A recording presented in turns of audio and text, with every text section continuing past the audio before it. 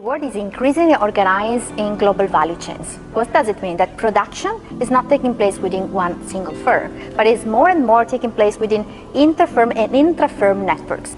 Take the case of an iPhone or a Mac computer. You may have read in that product that it is designed in California, but it is assembled in China.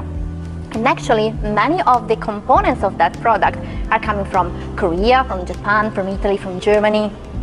And this is the case for a lot of industries worldwide. There is no more one model of one firm making all the activities, but there is much more widespread production.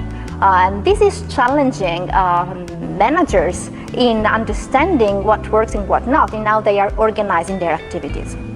So these organization global value chains require actually firms and also policymakers to think differently about their activities.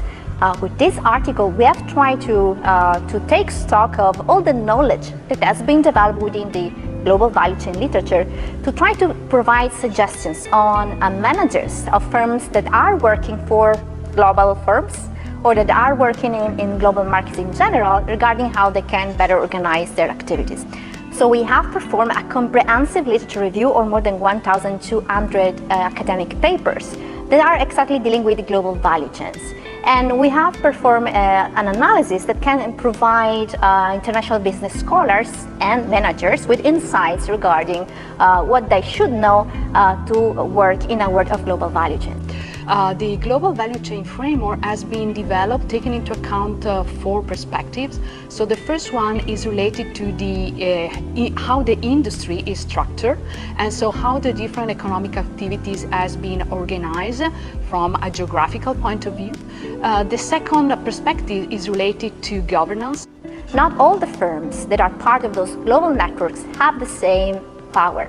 Actually, there are global lead firms like Apple, in the case that we mentioned before, that are very powerful. And those power dynamics influence, importantly, the development dynamics and trajectories of all the companies and all the territories that are embedded in global value chains. The third perspective is related to upgrading. So to what extent country, but also firms, and specifically small firms, small suppliers can gain more, can be more competitive within the value chain, so are able to become stronger in the international environment. And the third perspective is related to the role of local institutions. So how the institutional context is able to support the competitiveness and the way through which industries and activities are organized at the local but also at the worldwide level. So the systematic literature review that we have developed and we are used in this article are produce different contributions. So the first one is related to the fact that there are no more only the traditional manufacturing multinational companies from advanced countries that is leading globalization. More and more actors are raising up.